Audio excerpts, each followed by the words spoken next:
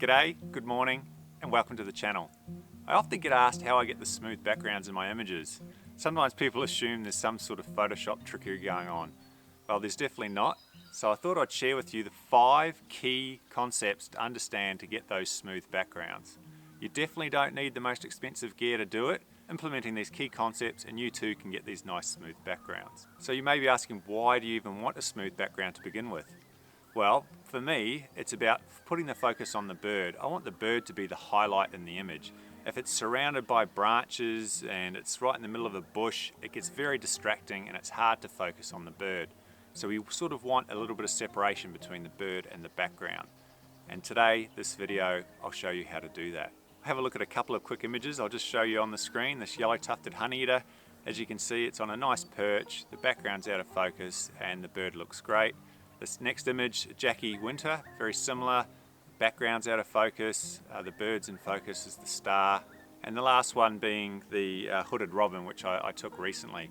You can see how the rock's in focus, the bird's in focus, but the background is nice and smooth and you can focus on the bird. So when we start out with bird photography, as I did, we take these shots and we end up with photos like this brown thornbill. You know, the bird seems pretty sharp and looks good, but it's just in amongst all this bush and it's somewhat distracting, and you can get really frustrated when you're starting out because you often look on Instagram, or it wasn't Instagram when I started, but when you look online, you look at these photos of these other photographers and you think, how do they get those backgrounds? You know, I've tried and I cannot get a smooth background.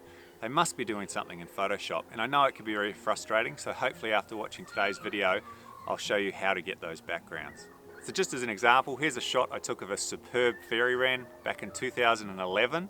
I was pretty happy at the time. You know, you had this little cute bird and it was singing and it was a nice pose, but as you can see, the background's fairly distracting and you've got a light colored background. Magpies are singing, want to be in the video, and it's a little bit distracting, so not the best image overall. Now when I take a photo of a superb fairy wren, I want the bird to be the star, and you can see in this image, the bird looks fantastic, the background's out of focus. The only slight drama with this shot is it becomes a little bit 2D when you're just getting a bird on a perch and you're losing a little bit of feeling to the image. You sort of want to know where the bird is, what the habitat's like. So if you can include some of the background element without them being distracting, that's the ultimate goal. Here's another image I took a few years back. Still a good image and it shows a bit of the background. So ultimately it just comes down to what you like and your style and just finding a right balance. Okay, let's get into these key factors. Number 1, and arguably the most important, is you need to isolate your subject. What do I mean by isolate your subject? Well, you don't want anything directly behind your bird or whatever it is you're photographing. If you have something directly behind the bird, so say a branch or shrub or something like that, it doesn't matter what sort of camera you have or what you do, you will never get that background out of focus. I've got a great example that I showed in my previous video of a Gangan cockatoo. As you can see, I'm never going to get a clean, smooth background in this image because the bird's right in the middle of the bush and the bush is right behind the bird, so it hasn't got the ability to throw it out of focus. If you look at this next image that I took, there's nothing immediately behind the bird's isolated, and the background becomes out of focus. The important thing is it's the same lens, same camera, completely different looking photos purely on how I isolated the bird. That goes to show just how important that this step is and understanding how that happened. So whenever I'm photographing birds, I'm always trying to isolate the bird. I'm always looking where the bird is, what's directly behind it. Do I need to move left? Do I need to move right? Do I need to move up or down? I'm always looking for whatever's distracting in that background. It makes a huge difference to your images. One quick way to explain what I'm talking about is this tree next to me. It's in focus in this shot because it's right next to me. You know, if I was to stick my head here, it obviously doesn't go out of focus. Yet the trees further behind me, because they're further away, they're out of focus. So the further the trees are away, the more out of focus they are.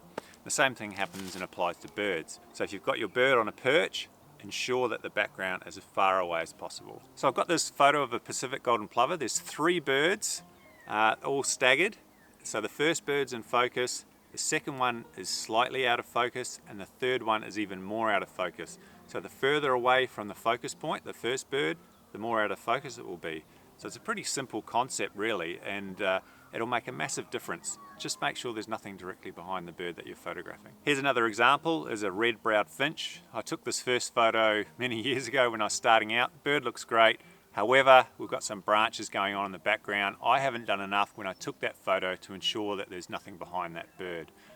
So now when I take photos of a red-browed finch, it looks more like this, and the background is out of focus.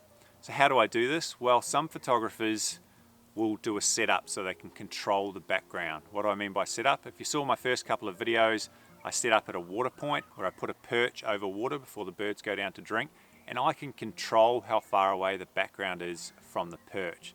So I'm in control. I can ensure that I get those smooth backgrounds, the bird lands on the perch, and I get the photo. It's very difficult just walking around in the bush to get exactly what you want. It's not impossible, it's just difficult. Some birds are much easier, so water birds and some birds that are on the ground, it's much easier to isolate the bird. Bush birds are the challenge, and that's why a lot of photographers will do setups so they can control the background. So the second key factor, it's a pretty simple one to implement, and that's getting eye level with the bird. So what do I mean by that is that if the bird is on the ground, ideally you need to be on the ground as well. So if the bird's at this level, you want to be shooting at this level. And why is that? Well, I've put up this diagram that I created, and hopefully it makes sense. Say you're shooting a duck. If you're standing and you're shooting down at an angle to the bird in the water, the background is not going to be very far behind the bird, and it's going to be almost all in focus. So you'll get a shot that's not very appealing like this. However, if we were to get low with the bird and on eye level, the background is much further away. And so by having the background much further away, it creates these smooth out of focus backgrounds that you can see in this image. Same duck, the only difference is the eye level. So whenever I'm photographing birds, I'm always trying to get on eye level. And this is especially so, as I mentioned, with ground birds. You can see this flame robin that I photographed. It spends a lot of time on the ground. So if I get down low, it sits on a rock, the background becomes out of focus because it's further away. So it's a pretty simple key factor. Bush birds, you know, whatever you're doing, being eye level definitely helps the image overall, from the background to the pose to just how it looks. So always remember that key. And one last example, I love my shorebirds. Here's a little Pacific golden plover that was going through the water. I was actually laying in the water taking the shot, and it creates a nice, smooth, pleasing background because I was able to get quite low. I did do a review of a piece of equipment that allows you to get low. You can click the link above, it's called a ground pod. I go through plenty of details in that video if you're interested. Alright, that brings us to key factor number 3, and this one can be a little bit difficult to understand, and that's your depth of field and your aperture settings of your lens. So what do I mean by depth of field? Well, it's probably easiest I show you an example. Here's a photo of a double-banded plover, so a small shorebird. I'm following the first couple of key factors. That's I'm down low and there's nothing too distracting behind the bird. So I have focused on the bird, so the focus point's on the bird. Now your depth of field is basically the amount in front and behind that is also in focus. So if you can see in the sand, in front of the bird is out of focus, behind's out of focus, and you can see that other little red-capped plover is out of focus as well. I've highlighted this with the green and the red. So the green is your area that's in focus, and that's your depth of field. The red is out of focus. Now you can change the size or the width of your depth of field, and to do that you change your aperture number. So if I was to change my aperture number to f10, the depth of field increases and you can see how it increases. This makes all of the background actually more in focus. So the lower the aperture number, the more out of focus the background will be. So you may say, oh, why don't you just go with the lowest aperture number to get the smoothest background? Well, you could, but the problem with that is sometimes you get too narrow a depth of field and parts of the bird or the perch will be out of focus.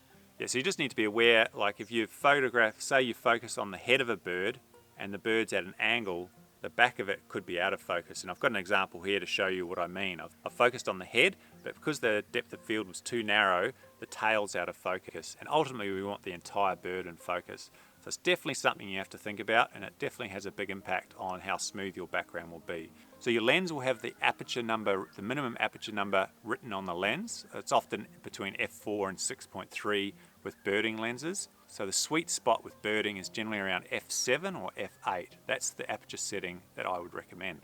Here's just an example of a cormorant to show you the difference that an aperture setting can make. On the right we have f7.1, the background's nice and out of focus. So on the left I've pushed it right out to f18 and you can see the background is more in focus. Some of you may be wondering, well, I like a bit more habitat in the background. I'm just going to put my f-stop up to f13 or f14. The issue with that is you need a lot more light. So if you understand how that exposure triangle works, if we put that f-stop up to say f13, there's not as much light coming in, so we have to sacrifice something else, and that would be your shutter speed or your ISO. So with those high aperture numbers, you will have to reduce your shutter speed, and that's not what we want with birding. We want to keep our shutter speeds up, so that's often why we keep our aperture number low. So ultimately it's really a balance of changing your aperture and being aware of the impact that it has on your depth of field and your background. So I'm always conscious of it, and obviously the closer you are to the bird, the narrower your depth of field, the further away the bigger it is. So sometimes I'll take test shots just to see if any of it's out of focus. And just quickly, the last thing is, most lenses are not their sharpest wide open or at that lowest aperture number. So if your lens is say a 5.6, it's probably going to be sharpest at 7.1 or 8. Okay, key number 4, it's focal length. And does size really matter? Well, with birding and focal length, it definitely matters. The longer your focal length, the narrower your depth of field, and the more out of focus your background will be.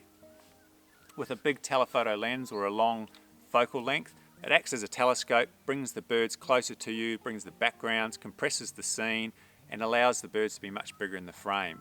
And so ultimately, the longer the focal length, the better with birding. What you need to understand is how does the focal length impact the background, and how does it make it out of focus? But it has a lot to do with what we call the field of view, or how much is in focus. So focal ranges start from very wide, with a very low focal length number, say 10. This here is a 16 to 35, and it's often used as a landscape lens. Has a very wide field of view and quite a big depth of field. So often when you're taking landscapes, you want everything in focus. And by using a lens such as this, you achieve that. But as we increase the focal length, our field of view narrows, and it narrows and it narrows.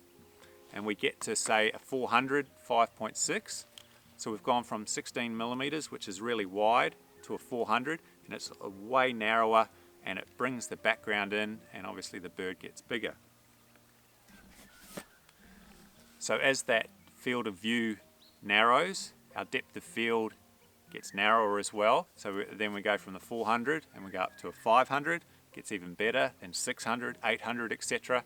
So the higher your focal length, the better your background will be. All right, let's have a look at an example. So I was very fortunate to go to the subantarctic many years ago, and I was photographing some penguins on the beach, and I wanted to photograph the birds and their habitat, so I wanted to include the mountains. Have a think about what focal length and aperture setting I might need to get this image. Try and think how much of it is in focus. Do we have a big depth of field? If we do, then the aperture number has to be higher. Now have a look at our field of view. How much of it is actually included in the image? And there's quite a lot, because we can see the mountains, and the mountains are quite far away, so our focal length has to be a bit lower. In this example, I used a 24 to 70 millimeter lens, and it's at 67 millimeters, and the aperture number is f13. That's created a very wide field of view, and we've captured this image. Now if I wanted to maybe just isolate a couple of penguins on the beach and get the background out of focus, I would need to use a longer focal length, and you can see in red, if I chose a 300 millimeter lens, it's going to narrow our field of view down substantially, bring that background in, and make it out of focus. So that's what I did. I was fortunate to have a 300 2.8, and I've laid down on the ground to get eye level with the bird, and the background was out of focus, and I've taken the shot, and we've managed to get this. I've used a very low aperture number because I wanted a very narrow depth of field, and it's the 300 millimeters and 2.8, and it creates this image. So just two different lenses creates completely different looking images, and that's key to understanding. Fortunately with these birds, they were fairly tame, so I could change what lenses I was using. Often with birding you don't have that luxury, and birds are usually flighty, so the more focal length we have, the better, so we don't have to get as close. So just lastly, my advice on what sort of lens you should get.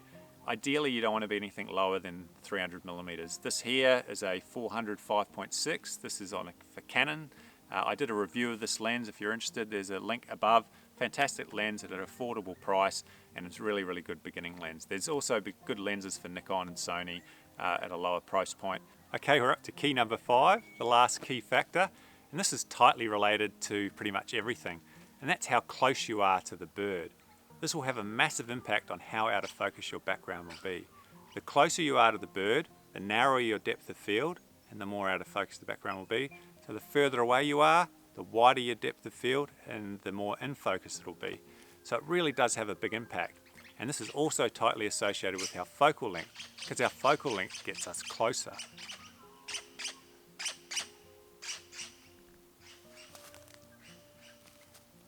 Some parrots flying past. So let's take a look at a couple of portraits that I took, and let's see if you can tell the difference between the two. One of them's taken with a 400mm focal length, and the other one's taken with a 700mm focal length. Can you tell a difference?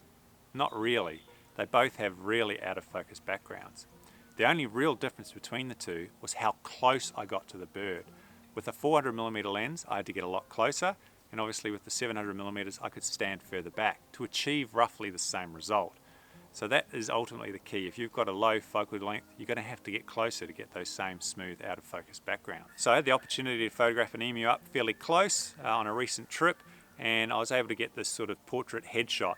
As you can see, the background is pretty out of focus, so that was taken with a 700mm focal length. So the second shot, I was actually traveling in a car, and I noticed some emus on the side of the road. They were in a paddock, and I thought, oh, I'd love to get a photo of them in their natural habitat. So we've stopped the car, I've put the lens out the window, and I've photographed the emu, which was a fair distance away. And as you can see, the depth of field is much bigger. We can see the habitat that the bird's in.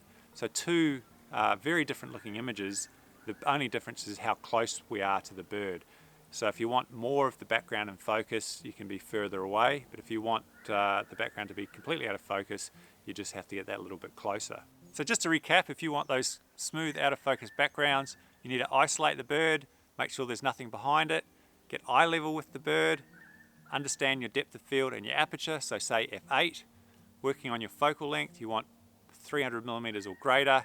And the last step, to get close to your subject. If you follow those 5 key things, you will get out of focus backgrounds.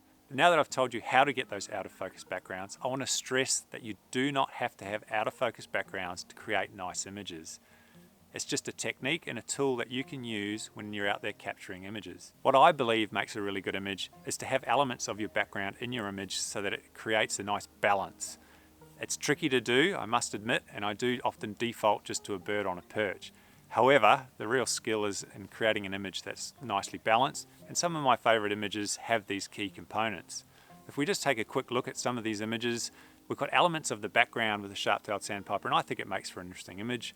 And this eastern curlew, again, you can kind of see the mangroves in the background, which create layers in the image. This magpie, tells you that it's in a eucalypt tree, which is very Australian. And this kookaburra image, again, shows you that it's in a eucalypt. So just adding those background elements doesn't distract too much from the birds, but adds to the image. And that's ultimately what we're going for. If you like this content, please give me a thumbs up. Maybe hit that little fairy wren in the bottom right-hand corner to subscribe for more content.